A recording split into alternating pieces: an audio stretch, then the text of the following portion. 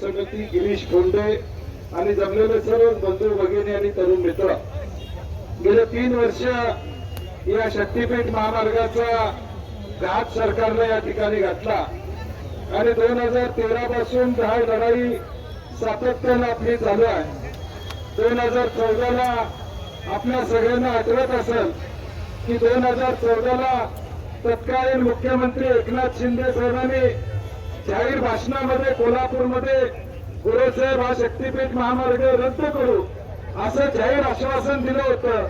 ते आश्वासन त्या विधानसभेच्या निवडणुकीसाठी मतासाठी होतं.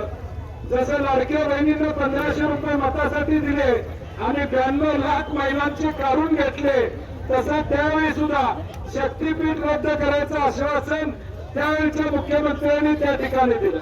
आम्हाला वाटलं होतं रद्द झाला, विधानसभेचे निकाल लागले आणि पुन्हा शक्तीपीठ महामार्ग आता पुन्हा नव्या रेखांकनाने आता चालू झालेला आम्हाला या ठिकाणी दिसतो. आमची भूमिका हीच आहे की रत्नागिरी नागपूर हा रस्ता ऑलरेडी आहे, त्या रस्त्याला माणसं जायला नाहीत, जनावरं जातात, एवढा रस्ता रिकाम आहे आणि असा रस्ता असताना या नवीन रस्ता करायची आवश्यकता असं आमचं मत आहे, गरज नाही असं आमचं मत आहे. आणि म्हणून ही भूमिका घेत असताना आम्ही या 12 जिल्ह्यातल्या शेतकऱ्यांच्या वतीने ही भूमिका घेतोय. आज परभणीला मी जाऊन आलो, हिंगोलीला गेलो होतो मागच्या वर्षी, राजू शेट्टीची परवा या ठिकाणी जाऊन आले, पण सोलापूरला मी मेळावा घेतला. एकही जिल्हा असा नाही की त्या ठिकाणी या शेतकऱ्यांनी कुणी विरोध केलेला नाही. सर्व जिल्ह्यांमध्ये याला विरोध आहे. एका बाजूला या ठिकाणी कर्मचाऱ्यांचे पगार करायला या सरकारकडे पैसे नाहीत, संजय गांधी निराधारचे पैसे यांना महिन्याला देता येणार आणि दुसऱ्या बाजूला एक आलेले नाहीत ना, मिळतच नाही. एका बाजूला संजय गांधी निराधारचे पैसे मिळत नाहीत, एका बाजूला 1,10,000 कोटी खर्च करायची भाषा हे सरकार या ठिकाणी करतंय आणि म्हणून आमचा विरोध आहे. तो गरज नसलेला हा महामार्ग रद्द करावा ही आम्हा सगळ्यांची भूमिका आहे. आणि पैसे जास्त झाले असतील तर आमची सरकारला विनंती आहे, 500 कोटी रुपये छत्रपती शिवाजी महाराजांच्या गड किल्ल्याला द्या. बरोबर आहे ना? 500 कोटी रुपये गड किल्ल्याला द्या. या राज्यामधल्या 22,000 ग्रामपंचायतींना जयंतपाटील 1-1 कोटी रुपये द्या. निदान गावातले रस्ते व्यवस्थित या ठिकाणी होतील, निदान गावातले रस्ते व्यवस्थित होतील. या महामार्गाला जोडणारे हायवे तिथले खड्डे या ठिकाणी भरायचं काम करा. 1,10,000 कोटी खर्च कसा करायचं हा तुमच्या पुढे प्रश्न असेल तर आमच्याकडे माजी अर्थमंत्री आहेत, आम्ही तुम्हाला सुचवू काय करायचं. लईच पैसा तुमच्याकडे जास्त झाला असेल तर सांगलीचा वाट तुम्हाला सुचवेल काय करायचं.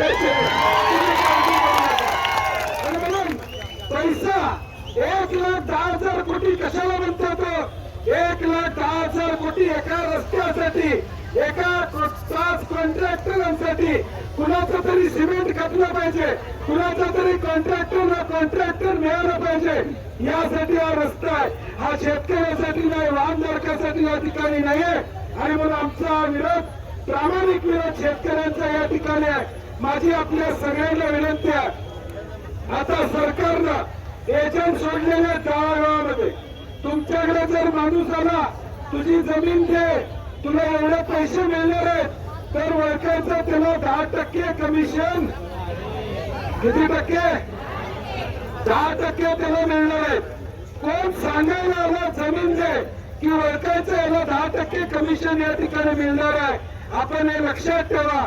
जो माणूस तुमच्याकडे जमीन द्या म्हणून गावातला येईल, भावकीतला येईल, सरपंच येईल, पुढारी येईल, लक्षात ठेवायचं त्याला 10% मिळालं आहे हे लक्षात ठेवा. आणि मग ताकदीनं उद्याच्या भविष्यकाळात मोजण्या चालू होणार आहेत. या मोजण्याला विरोध करण्याची भूमिका आम्हा सगळ्यांची असणार आहे. आम्ही सगळ्यात ताकदीनं या विषयामध्ये कुठेही कमी पडणार नाही हा विश्वास या कार्यक्रमाच्या निमित्ताने या ठिकाणी देतो. आणि राजू शेट्टी साहेब आणि जयंत पाटील साहेबांची परवानगी घेतो की उद्या राहुल गांधींचा पुण्यामध्ये कार्यक्रम असल्यामुळे मला त्या ठिकाणी तिथं जायचंय, तेव्हा परवानगी घेतो. आमचे सहकारी विश्वजित कदम यांचाही याला पाठिंबा आहे, परंतु त्यांच्या घरात हे दुःखद घटना घडल्यामुळं आज रक्षा विसर्जन असल्यामुळं ते येऊ शकले नाहीत, तरी त्यांचाही पाठिंबा या आंदोलनाला निश्चितपणे आहे एवढी ग्वाही देतो आणि माझे दोन शब्द संपवतो. जय हिंद, जय महाराष्ट्र.